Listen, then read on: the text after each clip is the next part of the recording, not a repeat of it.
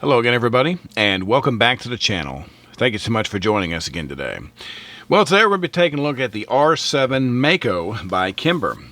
This is Kimber's first polymer handgun in the market, and Kimber claims it will shoot a 3/4 inch group at 21 feet with a multitude of defensive ammo, has either 11+1 or 13+1 capacity. With a lot of guns out there that will do the same thing, is there anything about the R7 that makes it unique or a better choice than other guns that you can buy that do the same thing? Well, we're going to answer those questions and more in just a minute.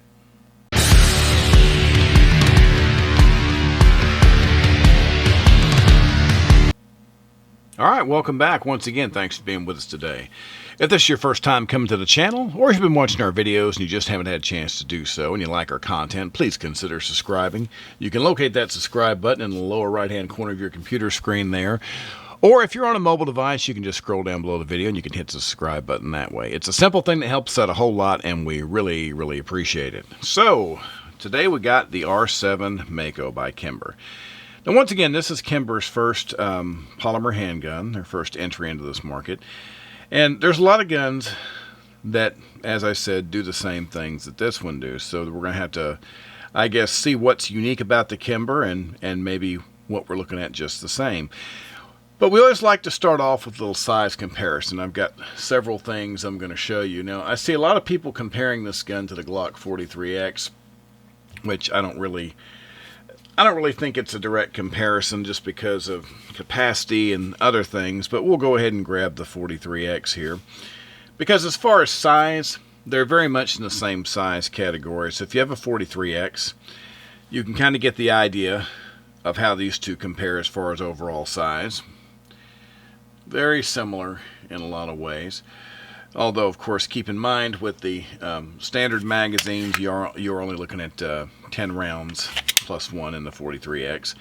Another gun that I carry a lot as far as the capacity department, kind of getting the same, is my little HK P30SK. Now, the P30SK is definitely thicker and heavier than the Kimber. It's a little bit longer, so there's no question that the Kimber is going to be a little bit lighter and easier gun to carry than my HK here. Although the weight doesn't bother me at all on this gun because of, you know, as good a features as this gun has, as good as it shoots, and with my 13+1 capacity, I'm pretty happy. Kind of getting into what I call the closer category would be the little SIG P365. This is the Romeo Zero.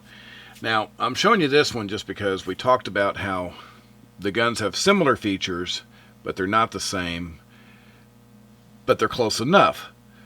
If you're using the extended magazine on the Kimber, you've got 13+1 capacity. Okay, so 14 rounds.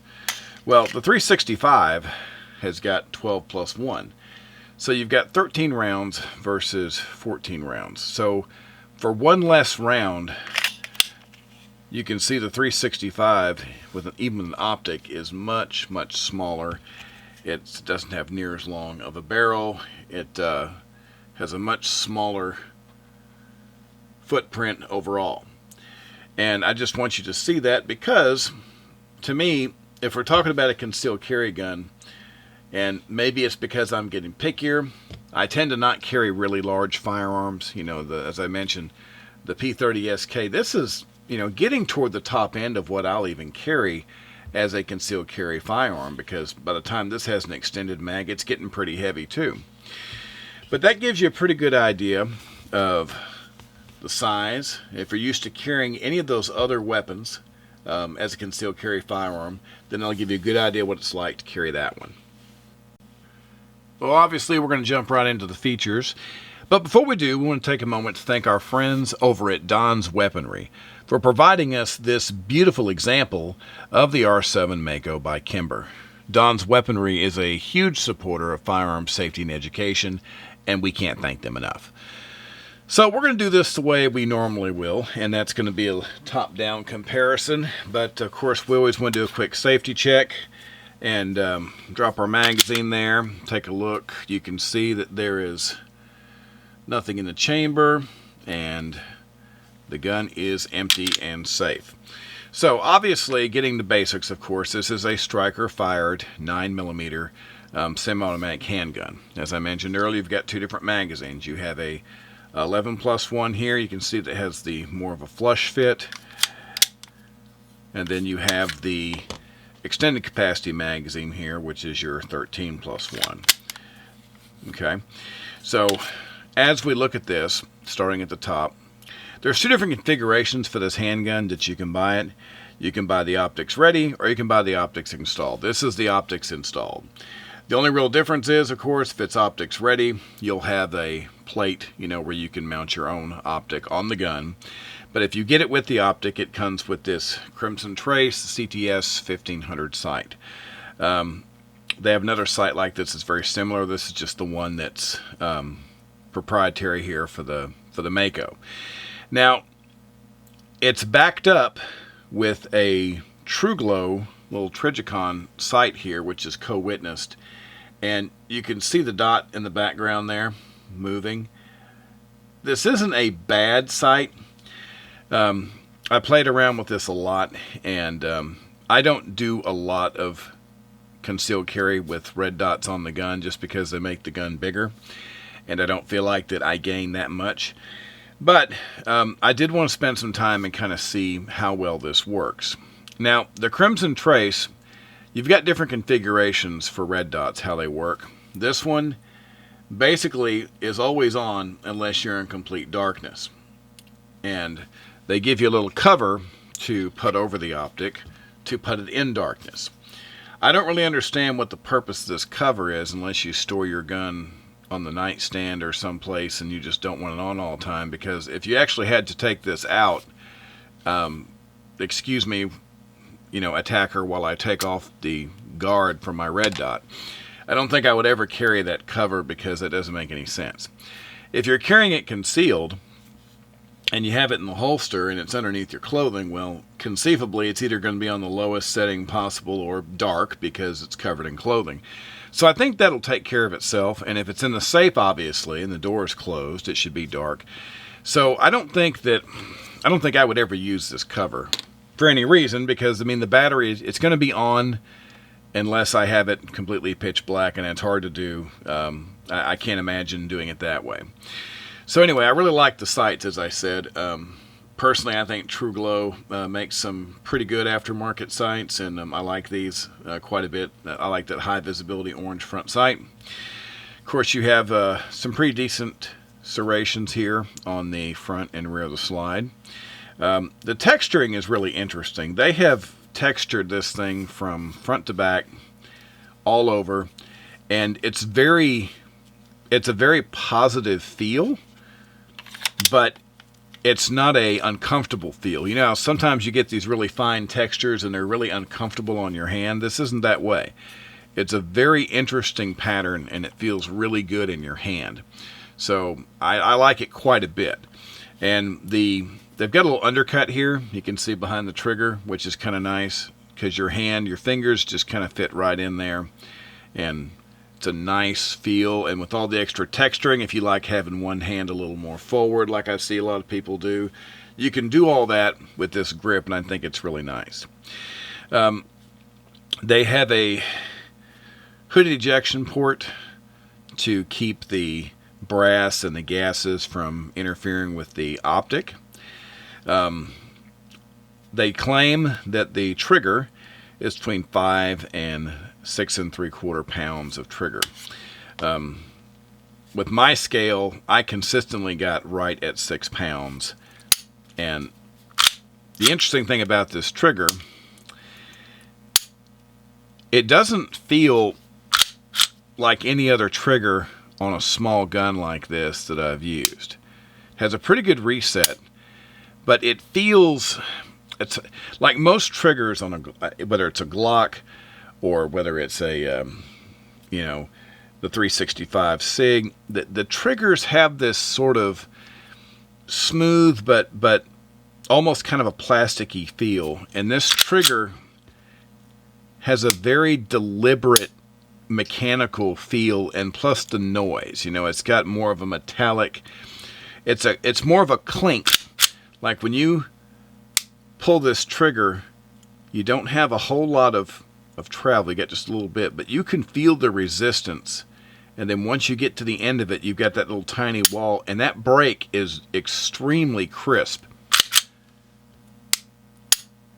And it's weird the first time you pick it up, but once you start shooting this trigger, you can duplicate the results very easily. So I actually like the trigger. Now, I've had some people, and we'll talk about the trigger a little bit more in the range section, but I've had people claim the trigger is better or worse than the Glock, and we'll talk about that. But anyway, so looking at it overall, you've got your magazine release here. And if you look on the other side, samey same. So you got ambidextrous. And then, of course, you've got your slide, lock, and release, which is also ambidextrous. So done a pretty good job of taking care of the lefties out there. And, of course, the takedown's simple because it's very similar to a Glock. And many other handguns had those little tabs. You just... when you bring it back, you pull those down, and of course the whole slide comes off. So it's got a pretty decent set of features. It looks like it's well made, nice attention to detail. So for their first entry, it definitely has the things that you need, and it's a nice looking handgun. So as I mentioned in the beginning, Kimber claims that this handgun can produce a 3/4 inch group at 21 feet using a multitude of defensive rounds. I definitely wanted to put that to the test. And a little bit of, actually a little bit of luck intervened on this, because a couple of weeks before I even got my hands on this, we were down at the property shooting, and one of our shooters actually showed up with this gun. He had taken the optic off of his temporarily, but he brought it with him. So I actually got to shoot this gun both ways, and so I'll have a lot more to tell you about that, because oddly enough, it was a different experience with and without the optic. So, first of all, let's talk about with the optic. Like I said, I don't shoot a ton of red dots. They're okay, but to me the red dots kind of, I don't know, they make the gun a little bit bigger than I want, and it's another holster consideration I have to make. And the batteries can go out, all these different kinds of things. But if you have a good co-witness sight backing it up, I don't think it's a bad way to carry. Some people really like these. So shooting the red dot, I did pretty good. I mean, I got my little 1 inch group, and I think some shots were inside of the 3/4 inch group. But I used a lot of different ammo. Whenever we do this, obviously, I shoot everything. So I started off with some Blazer brass. I had some PMC. I had some of the SMB. I've got to know that I can stick anything in a handgun and have it be okay. Of course, I never do a handgun test without my SIG V Crown. I had some of the 124 grain and some of the 115. And I also had, once again, the 135 Critical Duty Flex Lock by Hornady. Not surprisingly, my most accurate round is this 115 grain SIG V Crown. It seems like every small 9mm I shoot, at least for me, my performance always is best with this round. When I was shooting this particular round, I did in fact achieve the 3/4 inch groups that they talk about with the red dot. Now the interesting thing is, when I took the red dot off, I actually did better. I guess I'm so used to shooting regular sights that I do a better job with that, and I was actually getting groups that were more like 1/2 inch with this gun. It's got a really good trigger, as I mentioned. The trigger feels good, and it's hard to put my finger on exactly what it is, because when you first pull the trigger, it actually feels a little clunky. There's a little resistance on it. But once you start shooting it, you find out that deliberate break, it's just, it loads up for just a 1/2 second there, and then bam, it's got a nice clean break, and it is a very repeatable process on this trigger. So without the optic, once again, I actually did a little bit better, but the trigger's not bad. It's different. I don't want to say that it's superior to anything else, because I've had a lot of people say that the trigger on the Kimber is better than, say, the 43X. Well, I can shoot my 43X just as good as I can shoot this Kimber. And that may just be me, but once I get used to the feel of a trigger, I think it's got more to do with getting used to it than anything else. I don't think one's better than the other. I think the triggers require a little you have to adapt to it and learn. Same thing with the 365. The more I shoot the 365 in one session, the better I get. So I think you're looking at a lot more practice makes perfect than you are the trigger actually being better than that on another gun. But having said that, there's no failures with range ammo, no failures with defensive ammo. So as far as its performance, it does have a great trigger. It will shoot a 3/4 inch group as advertised with defensive ammo. And it's a lot of fun to shoot. It has a nice grip. It feels good in your hand. So what's it like to carry the R7 Mako versus, similar handguns? Well, as I said in the beginning, you can kind of go all around the world with the scale. If I want something that's about the exact same size, the Glock 43X is definitely the same size with a little bit less capacity. I feel like it's a little bit slimmer overall, and so I don't really notice it in the waistband as much. Going the other direction, the P30SK is a bit heavier. Usually when I carry the P30SK, I have something with dual clips, like a crossbreed, something that is wide, that has a lot of comfort, zone against the body, and Kydex, to make sure I've got some positive retention there. And then, of course, the other direction, when I'm carrying something like the 365, with a gun like this is so light that I have a variety of different holster options for this that are super comfortable and super easy. This thing is so light, I forget I'm even carrying it a lot of times. So it's a lot to live up to as far as how it feels. So what we ended up with, if you're familiar with VersaCarry, I found a VersaCarry that I really like, and I'm going to do a complete review on the VersaCarry holster coming up very, very soon. So look for that. But I can tell you this much. For a single clip configuration, the VersaCarry was a very, very comfortable option for this gun. It's a good fit, lots of nice padding, good quality materials. The clip, I use a core belt, which is very, very solid, and this over a good solid belt will stay exactly where you need it to. I like the cant of this holster. It gives me a just very slightly forward position. Now, obviously, the main difference in comfort, if you carry it with the extended mag, it's going to be a little bit different than with the flush mag, but we're not talking about a huge difference. And if you look here, you'll see that you're only picking up just a little bit more. I mean, just a little bit if you carry the larger magazine. But if you want it to be as comfortable as possible, you want to maximize compactness, just use the smaller magazine, because you still have 12 rounds. So it's still a fantastic carry package. So, as I said, there's a lot of different options that you can use for this. But the little VersaCarry seemed to be a really good option for this gun, and probably we'll look at some other single clip options for it as well, because the weight makes it a good choice. So if we're talking about overall impressions of the handgun, I think we have to focus on the things that we were asking from the beginning. And really what that comes down to, does it do anything better than any of the other handguns? Is it the best at any one thing? And honestly, I can't really say that it is the best at anything.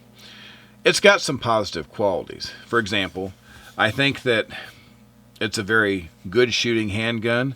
It's very accurate. It will give you the 3/4 inch group performance that it says it will give you with defensive ammo. But once again, I can also do that with my P30SK all day long.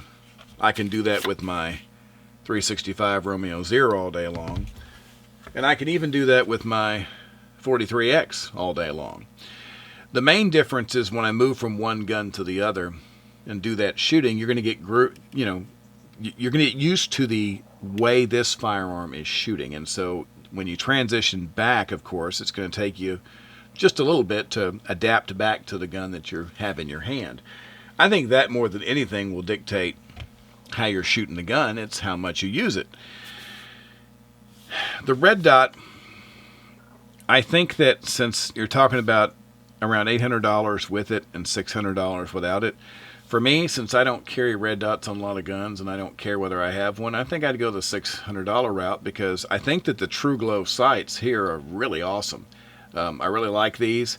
It's got a good high visibility orange, front sight here.